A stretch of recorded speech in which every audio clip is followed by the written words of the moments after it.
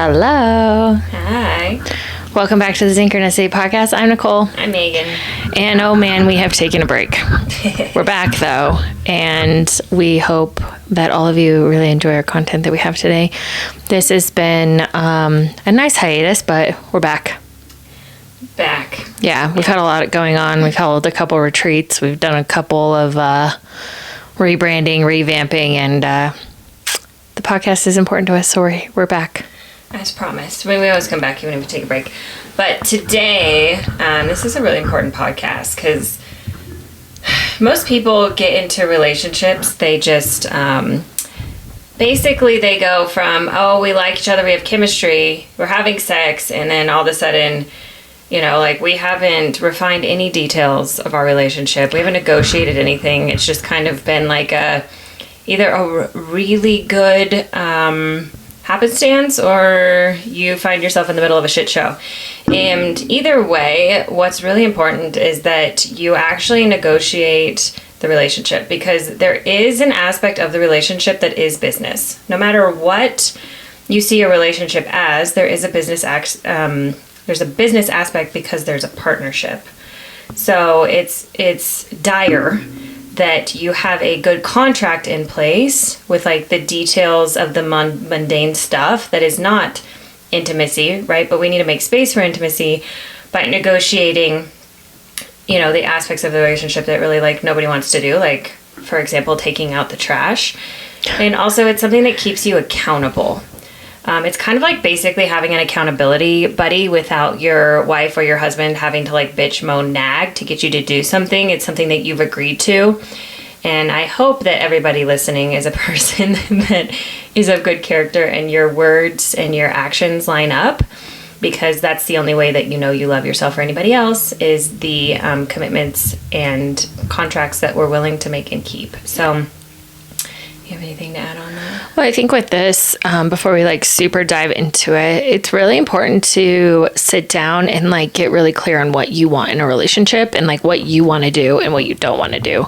Because I think so often, like, at least in relationships in my past, it's like, well, I just making assumptions because I was raised in a household full of assumptions, and it was almost like a game of mind reading. And so it was a game. Yeah. And so that's really what a lot of society is doing right now, is they're trying to read everybody else's mind, or they're like just making assumptions, and assumptions lead to making an ass out of you and me. Like literally the word is assume. You can break it down by yourself. So it's really like getting clear on you so that you can be 50% of the relationship and allow that other person to be another 50% of the relationship. But actually it's 100% of who you are, and then they can show up as 100% of who they are. And then the chores are just the extra stuff and the space and time and stuff that we're going to talk about today. But you also have to know what you want in a relationship in order to be able to come to the table to negotiate. And most people don't know what that is. Right. So you have to be an I to be a we, to be an us. Yes. And most people aren't an I, because I's know I want, I don't want, in order to share with a we, which is your partner, and then an us is the outer world. So most people aren't even I's. They have no idea what they want. They don't know how to say no to what they don't want. And they have no ability to share, which is intimacy, with their partner or the outside world. So it's a game of mind reading, like Nicole was saying. It's crazy to me now that I've done this work to like go back to our family unit and like watch our parents just like make statements and expect us to read between the lines. And I'm like, I don't respond to that anymore. If you can't ask me for help or for what you want, I can't respond to that, because that's actually really dysfunctional to be like, oh, if they say this, then they want this and this and this. You don't know that. Even though you can learn a person, right, it's still dysfunctional when you go to the outside world, because that's still going to be your coping mechanism. So even though I know our parents well enough to basically read their minds, I don't know that in my dating life and with my friendships, and I end up making an ass out of myself, and have in my relationships a lot, because I just assume instead of asking, because my parents didn't ask, so I don't know how to ask for clarity or those kinds of things, or didn't. So, well, and also if you don't get clear on what you want, you become parentified in your relationships. So what Megan was just talking about is a parentification of child. And so a lot of us are adopted children that have been over-parentified. And so we actually don't have individualism. And so we don't understand what I is. So this actually really helps undo the parentification that was done during childhood so that you're not stepping into a parent role with your partner. So women, you're not mothering your masculine. Well, they can't be masculine if you're mothering them. They're in their feminine. But anyways, that's another podcast for a different day.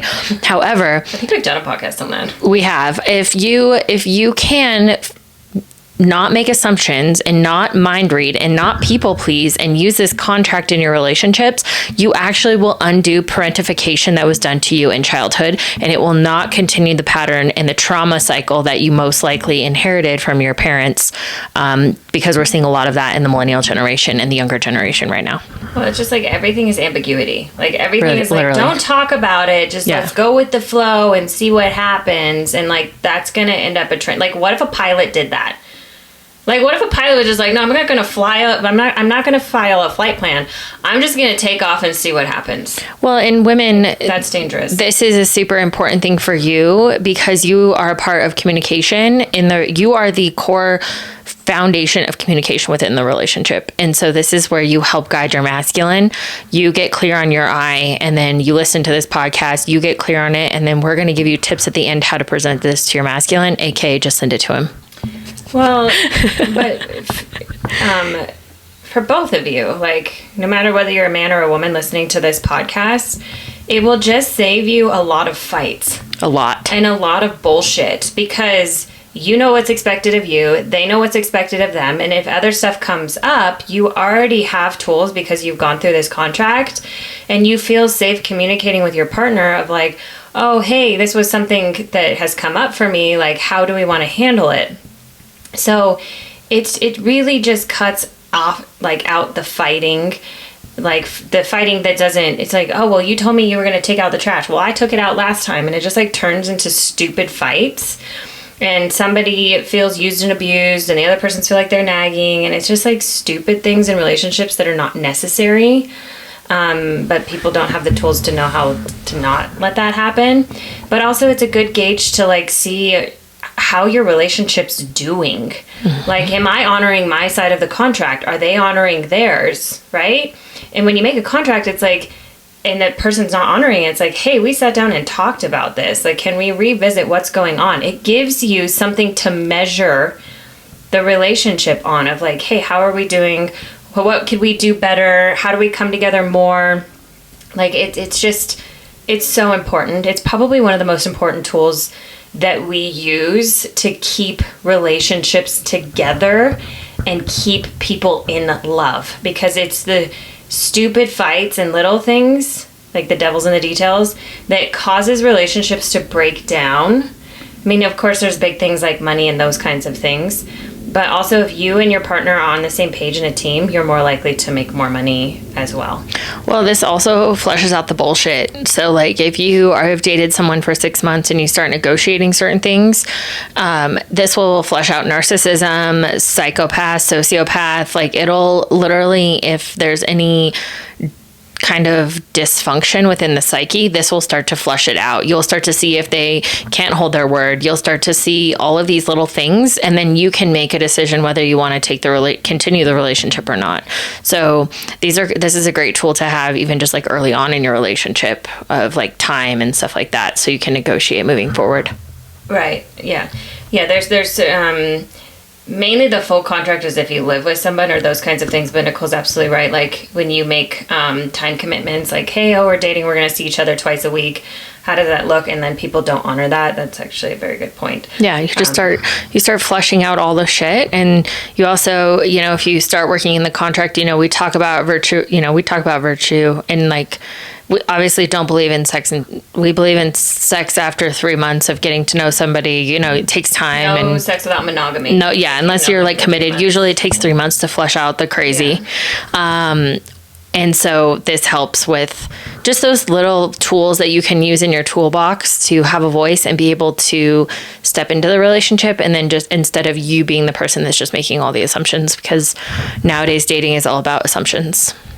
Yeah, and you're going to see whether somebody's an adult or not, and can, like, Also, if a man doesn't know what he wants and he can't negotiate a contract with you and doesn't want to, then we got bigger issues. On to the next. Unless you're married, I mean, Yeah. Anyway. So without further ado, we are going to go over, and we will put our relationship contract in the show notes. So if you want to like print it out and go through it with your partner, you absolutely can. And one of the things that I want to say, and we've done this in other podcasts, is that the majority of the time, I want the feminine energy to say I don't want, and masculine says I want. So when you're going through this feminine, just turn your wants into don't wants. Like, I don't want to be the only one doing dishes. I don't want to be the one that cooks every night. You see what I mean? Versus, I want you to cook. That's masculine. So just as a frame of reference, use I don't want with your masculine, because that triggers their problem solving part of their brain. So you're playing to the male brain. You can also say that it doesn't feel good when I'm the one always cooking. Yeah. Okay, so time. That's number one. Anybody can use this. As soon as you're in a monogamous relationship, then you start to negotiate time. And it's I time, which is your alone time.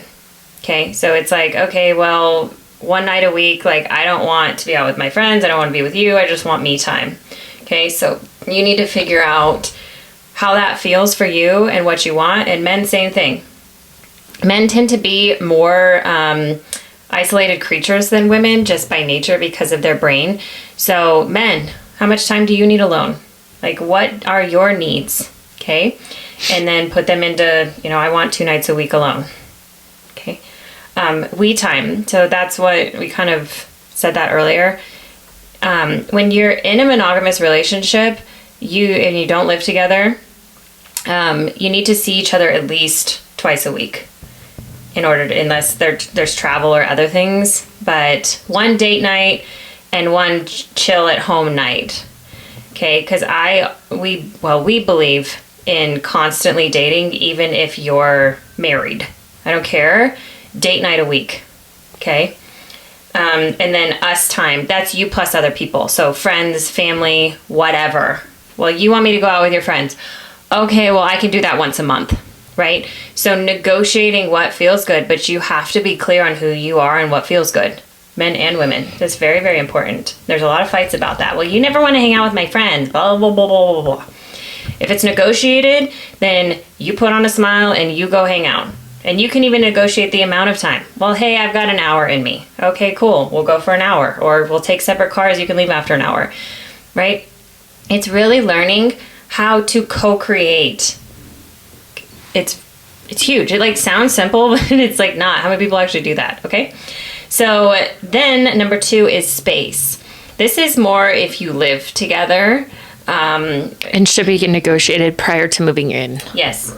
Yes. This is huge for prior to moving in. If you guys are engaged and you're looking to move in together, this is massive because a lot of fights happen over closet space, shoe space, who needs to get rid of stuff. Yes. So it allows the opportunity for both parties to be prepared to move in or be prepared to get rid of things if things do not fit to fit the contract. This is a huge part. We've seen this literally end relationships.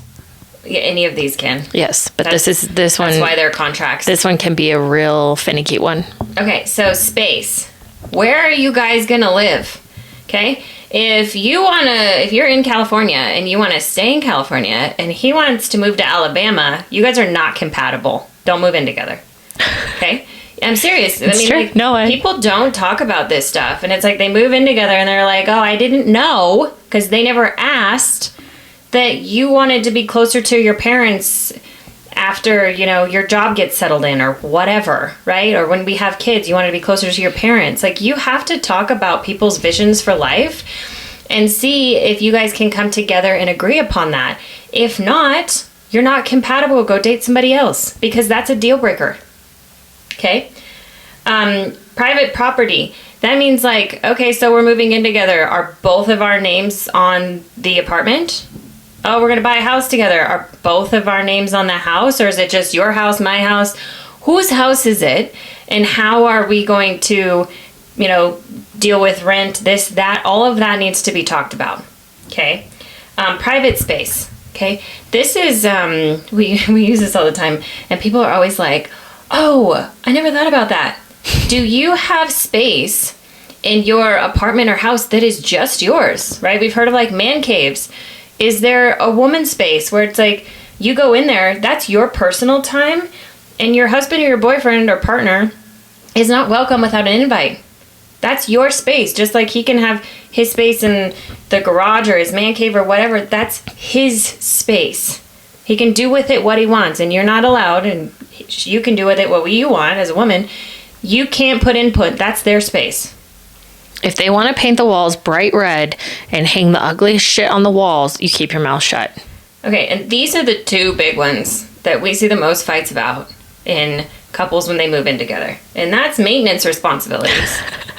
Okay? If you're married, who gets the oil changed in the car? If the water heater breaks, who fixes it? These things need to be talked about, because women often make assumptions of like, well, that's my husband's job, or that's my boyfriend's job. Is it? Is he willing to do that? Yeah, yes. He might not be good at it. Yeah, or do we call a maintenance person? Right. Just right off the bat. I don't assume that you're doing it. We're calling a maintenance person to fix it. It's coming from the outside. Okay? That needs to be talked about, of what expectations are. You might have a guy like, well, yeah, duh, I'll take care of it. Well, great, but now you know that. And then it's like, it's no big deal, and it's not going to be a fight later. And chores. Guys, write down everything that goes on in your house. I don't care if it's like, you vacuum this week, I vacuum next week. Write it down. Or if that's, vacuuming's my responsibility, wiping down the counters is yours, whatever. Or if like you don't work and your husband brings home the bacon, I do all the chores, or vice versa. If you bring home all the bacon, then your husband's doing all the chores. Like I cook one night, then do the dishes next night. Like, you have to know how somebody's vision of life is and how yours fits into that. And that's also, you get to know your partner doing that. You get to explore their world. It can actually be hugely intimate and very lovely to have these conversations of like, oh, I never thought about that, or oh, that's an amazing idea, right? Because you guys can brainstorm together, but chores are massive. Or, hey, we both hate cleaning. Great, we're going to hire a maid so nobody fights about it, right? Delegate what's going on. So life gets complicated enough. You don't need to get bogged down with bullshit. Mm-mm. So figure it out, okay? Now, this is another big one, money. This especially comes into play when you're married, okay? Because when you're dating, this still isn't a huge deal other than paying the bills and stuff if you live together. But money. This is what Nicole and I recommend. You have 3 accounts.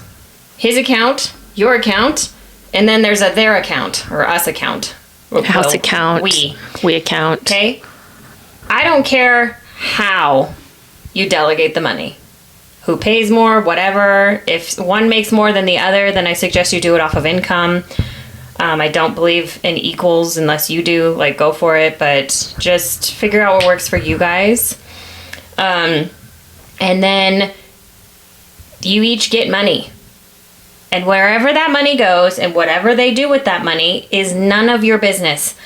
I don't care if your girlfriend or wife buys 100 pairs of shoes. It is none of your business what she does with her money. And if he wants to, I don't know, buy a new scope and a new gun and some new tires and a horse and a motorcycle, you don't get to bitch or moan. That's his money. Yes. And you both stay on your own side of the street, because I see so many couples fight about this. Well, you have too many pairs of shoes. None of your business. If it's not coming out of the joint account, if it's not part of, whatever, each person has their own money that the other person doesn't see what they do with it. Because that just causes fights that are not needed. If you're a stay-at-home mom and you don't work, your husband gives you an allowance that he knows nothing of what you do with it. Okay? Men, if you don't work and that's negotiated, then your wife gives you an allowance. There has to be money, because that allows for freedom. And it makes everybody's nervous system feel safe, because you can't, it's abusive for somebody to have all of the money and one person to not have any access to their own money and their own autonomy. and what if they want to save for a big girls trip, if they want to save for a big boys trip, if they want to, I don't know, buy a giant King Kong, whatever. It's none of your business, okay? So then there's our money, okay, and that's when it's like, okay, that's the house account and the joint account, and you might have different savings accounts off of that. However you want to split it up, talk about it. And that's where money goes. Like, if you guys decide bills are paid out of the house account, kids are paid, you know, things like that, everyone is on the same page about the money that goes into the us account and the what is coming out of the us account. So the purchases that are like around the house, like say you guys decide you need a new bed and it comes out of the house account, that's conversated in regards to that. Okay, we need to save X amount each extra to put in so that in 6 months we can buy a new bed. So it's always a constant negotiation and a constant open line of communication, because money and sex are the two things that usually cause divorce, because money creates resentments and sex goes away, and then it just gets really nasty really quickly. Yes, and they're heavily linked in regards to how much is coming in and all of that. It's an energetic connection. So allowing, when you have a joint account like this, when it comes to money, it allows for the gateway of communication to always be open in regards to money, and there's always transparency happening between both partners. Well, and we see the most trauma with money. Yes. You want to see people's behaviors, just look at how they control money. Yes. Yeah. So the last one is play. And play, the first, because there's 2 tiers of this, the first one is non-sexual. So that's like vacations. That's time out with your girlfriends, with your guy friends, like those kinds of things. So playtime. Do I want to go on a girls' trip once a year? I need to negotiate that. Okay. Do I want to, get a massage or whatever? That needs to be negotiated if you want it to be part of what, he's fine with having that time. Because once you're a couple, knowing what the other person is doing is important, and like what's going on. Okay. And then there's we. When are we going on vacation together? We're doing it once a year, twice a year, 5 times a year, whatever. And then us time. When are we traveling to see your parents? When are we traveling with friends? Those kinds of things. What are we comfortable with? Okay. Thanksgiving this year with your parents. Christmas next year with mine. Like, it goes whatever. Okay. That needs to be talked about. Or it's going to turn into a fight. Then there's sexual. Okay. So as a rule of thumb, healthy couples have sex at least twice a week. If you're not having sex twice a week, there's a problem in one of the other categories. Mm-hmm. Okay. And we need to check in, because intimacy is a problem. Also, even there's in sexual, there's an I. Is your partner comfortable with you masturbating? Are you comfortable with them masturbating? Some people think that's cheating. I was shocked the first time I heard that, but then I was like, oh, that makes sense. You need to know, especially with men, that's usually more common in men, that they don't want their wives masturbating. Of course, they want you to have sex with them instead of masturbating. So you need to know how your husband feels about that. This is also where porn is negotiated, because in some people, they are for it. Some women aren't even bothered by it. Other women are extremely bothered by it. Also fantasy books, like with women, reading fairy porn and stuff like that, it can be a fantasy. So it's also something that's discussed in the sexual side of I time. And then we, of course, at least 2 times a week, okay, is my recommendation. I hope you're having sex more than that. But if you're not, we need to check in and see what's going on. And then there is us. Are you, I don't have judgments. I'm not a moralist. Are you allowed to sleep with other people? Are you in a monogamous relationship, or are you swingers? That stuff needs to be talked about. Is your man allowed to flirt with other women? Is he allowed to like posts on Instagram of other women? Because those kinds of things need to be talked about, because I have seen more fights about likes on a half-naked girl on Instagram. A lot of women consider that cheating, and men don't do it. In my opinion, that is inviting another woman into your world. Same with you women. Don't be, you know, looking at the gigolos on Instagram and liking their photos and being skeezy. You're inviting in other people into your relationship, even if it's just energetically. So, you know, how do you guys feel about that? And what are the boundaries, especially around social media and those kinds of things? Because it's a slippery slope. And also, if a man or a woman is liking other people's posts that are revealing, you're also inviting, that's basically saying I'm single, I'm hunting. Yes. On both sides. Yes. So, you know, I hope that that was helpful, because it's one of my favorite tools. And I know we were going to give tips to bringing this to husbands, because, you know, and men bringing it to wives too, because people get really offended. Well, and I think the biggest part is opening the conversation of that you want to be on the same page of it. It's an open container of like, I want to work on communication. There's a massive wound right now in just people in general of like not communicating about anything. And they just, like I said earlier, everybody's making assumptions about everybody else and mind reading and, oh, you know, they're thinking this or they're doing that. And like 9 times out of 10, it's wrong and you're projecting onto them. So if you're taking something like this, it's like, hey babe, I want to get clear with you on this. And like, I'm frustrated. I feel that I don't have the clear vision for this, or I'm seeking clarity. Always present it to your man as like a problem. Like, hey, I feel anxious around this. Would you be willing to work on this with me? Would you be willing to fill this out and I'll fill it out, and then we can come together to create unity so that we don't have this underlying, I feel tension. Like, you come from feelings, and when you come from those, men will step in and say, oh my God, like, okay, this is awesome. This is a great tool. Have yet to find a man that when you present, now, if you go to them and they're like, and you start like digging into him and you tell him how fucked up your relationship is and how you want to like do this and that and another, well, that's man to man. He's going to get pissed. Like, just so you know, he probably will not do it with you. But if you come to him and just say, hey, I feel like this would be a great opportunity for us to get both on the same page for our relationship. Would you be willing to do it?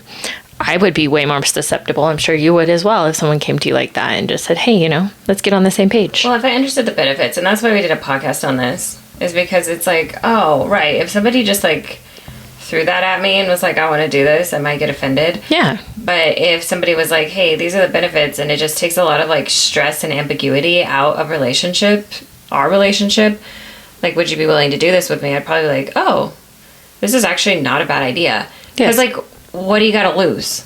Like, it can only enhance a strong relationship. If you have a bad relationship, it's just going to end it faster, but also you're saving time. So, and time's really the only currency we have. So this will do nothing but benefit your life to have and to implement. Just like, understanding where somebody else is at, instead of just like making assumptions and ambiguity and everything that seems to surround everything in life nowadays. Because people they don't want commitment, they don't want responsibility, they don't want anything. So people are afraid of contracts because they're afraid of responsibility. But it's like, that's what life is responsibility. If you're running from it, you got bigger problems. Absolutely. And we'll put this in the show notes in regards to like the layout of it, so you guys can see it. It'll just be a attached PDF link that you guys can click on and get access to. But share this, like it, give it to your friends. If you have any questions, like, please reach out to us, DM us, leave us a comment on YouTube, or slide into our DMs at Instagram. We would love to clarify any questions, comments, or concerns in regard to it. Do you have anything else? Nope. All right. If you guys love what we do, we have many, many podcasts. This is the first of many that we are going to start back up for 2026. So thank you all who have been with us. Thank you all who are new to us. And if you are interested in our work, we will be launching our brand new website February 1st. We're really excited. It's a whole new Meg and I. It's a whole new rebrand. So we're really excited for 2026 and the vision we have. We do have a retreat coming up in March if you're interested in that. We'll be down in Mexico. And until next time. Bye.